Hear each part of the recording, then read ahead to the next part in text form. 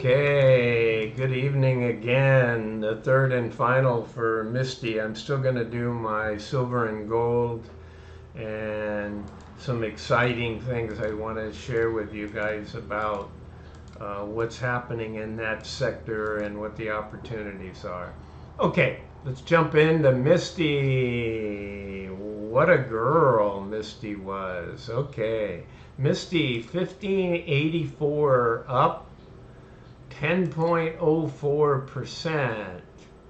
Piddly little MSTY, only 2%, 1.98, but it was up. I bought some more. I had a buy at 31.59. I thought it was never going to go off, and it finally went off yesterday for some more because I know it's going to run as soon as we get through those losing on those 1280s. So let's talk about that. Let's look at the intraday trades. So we had, let's look at these and I'll explain to you why they did them also. So on the buy to close, right, the one that really hurt us was this $261 that we had to pay for something that, what did we sell it for? Probably 20. Here we go, 1280. We sold it for 28.72, right? And we bought it back for 261. So that's what you call a loss, right?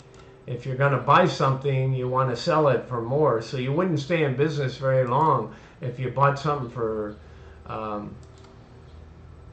if you sold something for $28, but it cost you 261 to buy it, right? So we took a whopping, right? We collected when we sold it for 28, we collected 2.6 million, the bulk of all of our money to be collected, and we paid 23.8 to buy it back.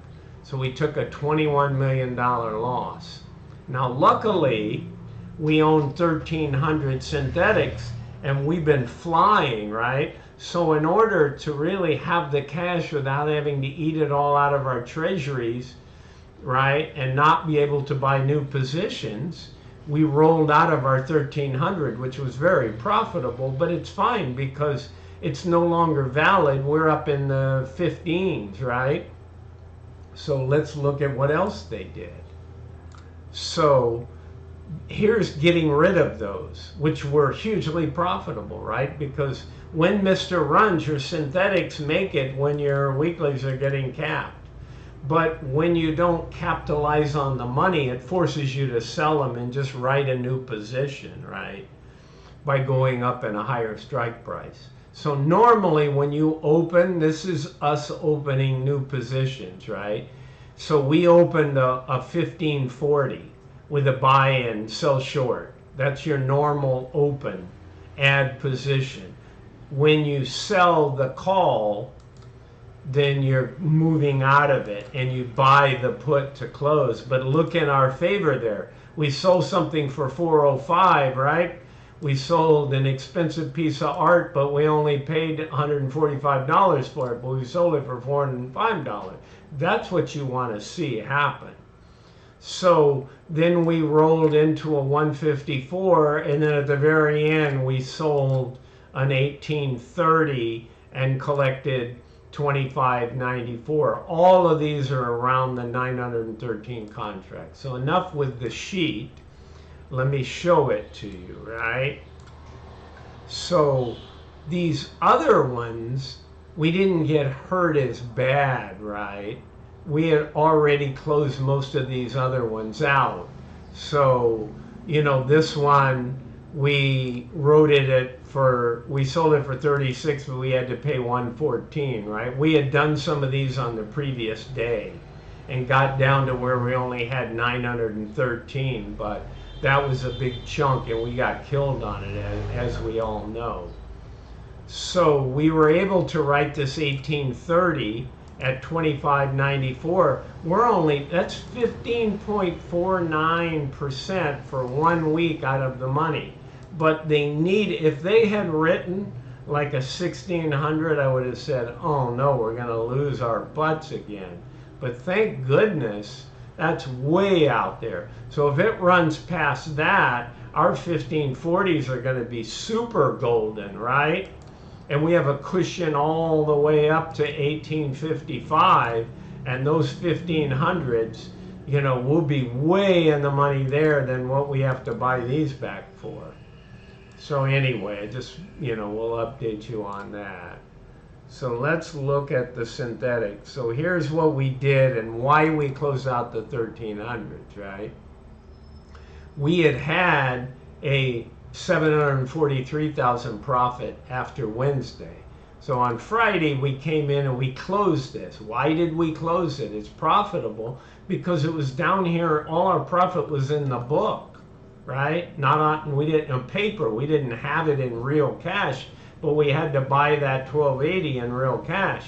So we sold those calls, right, that we had bought a lot cheaper. And the put was very cheap now because we're setting at 1583, right? 1584 versus 1300. So this guy got cheap, this guy got expensive. So when you sell the expensive and buy the cheap, we have a 24 million gain.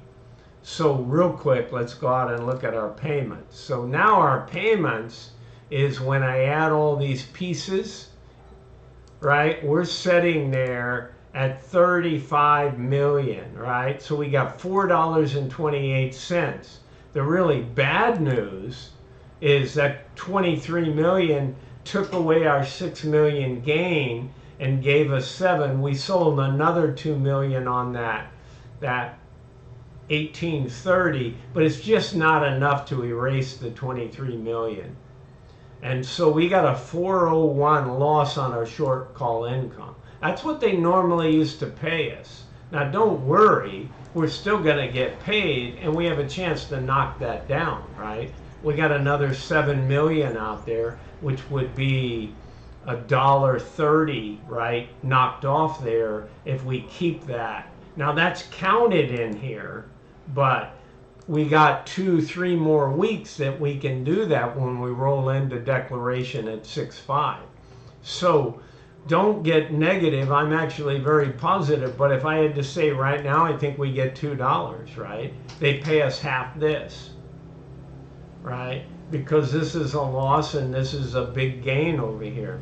And we can keep making gains in future weeks because we're all the way up at 1830. I think we're going to keep all that money. But I do think we're going to get up to 18,000 if you looked at my chart, right? Let's go look at the weeklies. So I didn't update this, but you know where we are. We're up there at 1580, right? We're almost up to the 1600. And it can, you know, bounce around here, but it's pretty clear that Head and Shoulders is pointing up to 1800. Let it go to 1800. Let it go to 1830. Just don't let it go past 1830 this week, right? Because we want to collect all that money, right? We've also got a 4 million gain in paper on our 1540 situation, right? So we can gain an awful lot and not lose on our weekly. So they positioned us in a super, I'm so happy with the fund managers for this, right? So this was a 26 million loss in total in those other minor positions along with the one major, right, where we took a 23 million loss. So just understand that that was ugly. So when you write an 1830 like we did, okay, I didn't bother to change that, but I will. I wanted to leave this on here for you guys to see it. But up here in our weekly, whoops, I can show this now, right? The whole bulk of these guys, right? What is it? 913 are setting 15. There's no reason for that to be red anymore, but I'll change that on my own time. So at 1584, you know, we're at 15.49% above that. So we're setting very good. We can run a long way, not hurt this, and make a ton of money in the synthetic, right? If I plug in, look at, so I want you guys to see how this can turn really positive. Where did I put my new 1540? Right there. Okay. So setting down here, this sums up the numbers of where it is, right? I copy these when I have to build a brand new one, and then I don't update all the fields. So we're sitting here now with a 4.7 million gain, right? Down here, this is the actual close, okay? So what we want to do is, let's say we run to 1830, okay?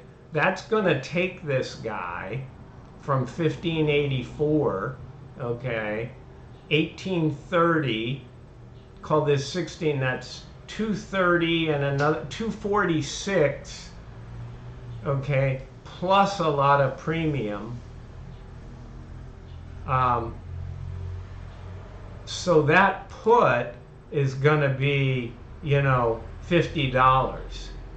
It's going to be very minuscule, right? So you end up with a minus 50 here.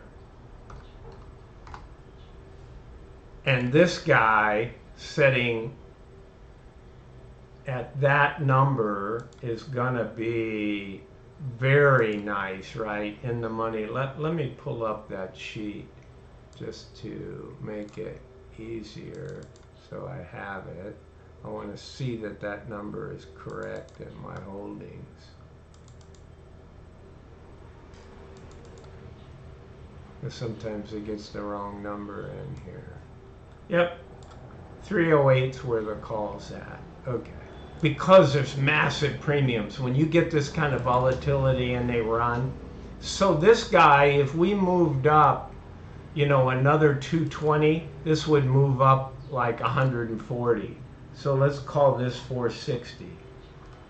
So all of a sudden, we've got a $37 million gain. So all they got to do is roll it to a different price and capture that money and go plug it in to our payment, right? So we could be 70 million over here and still not hurt this any further, right?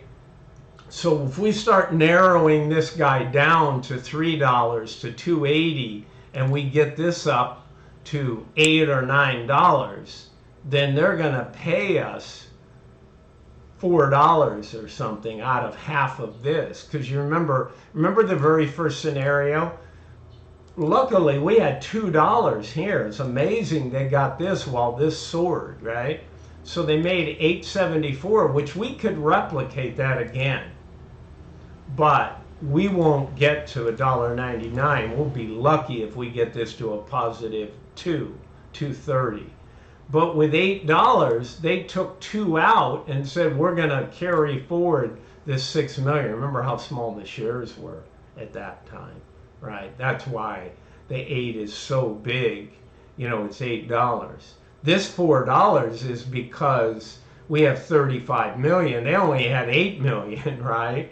And they had that. So all I'm saying is they will borrow over here when you're setting really well. But they did borrow some of it last time. We had a 241 and they borrowed 11 cents, even though this was a big loss. So I think we're gamed for $2.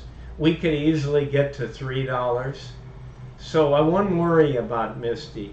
I just want to see it run. And again, I want to give you guys, when we do get capped, some other ETF funds that you can buy that may not even pay a dividend, so you can at least gain when I'm telling you that MSTR is going to run. Because MSTR, for people that have millions and millions in their account and they're not worried about margin, they can go out and buy, or they can buy calls. But you know, your average account of $500,000 or less, you don't want to be out having that kind of margin requirements and that risk. You just want a simple ETF fund that you can buy for $20 or $30 and run up 40% or something on that price because you're tracking MSTR. Okay, guys, that's what I got for you. So look for this weekend. I got some exciting new videos in an exciting new sector.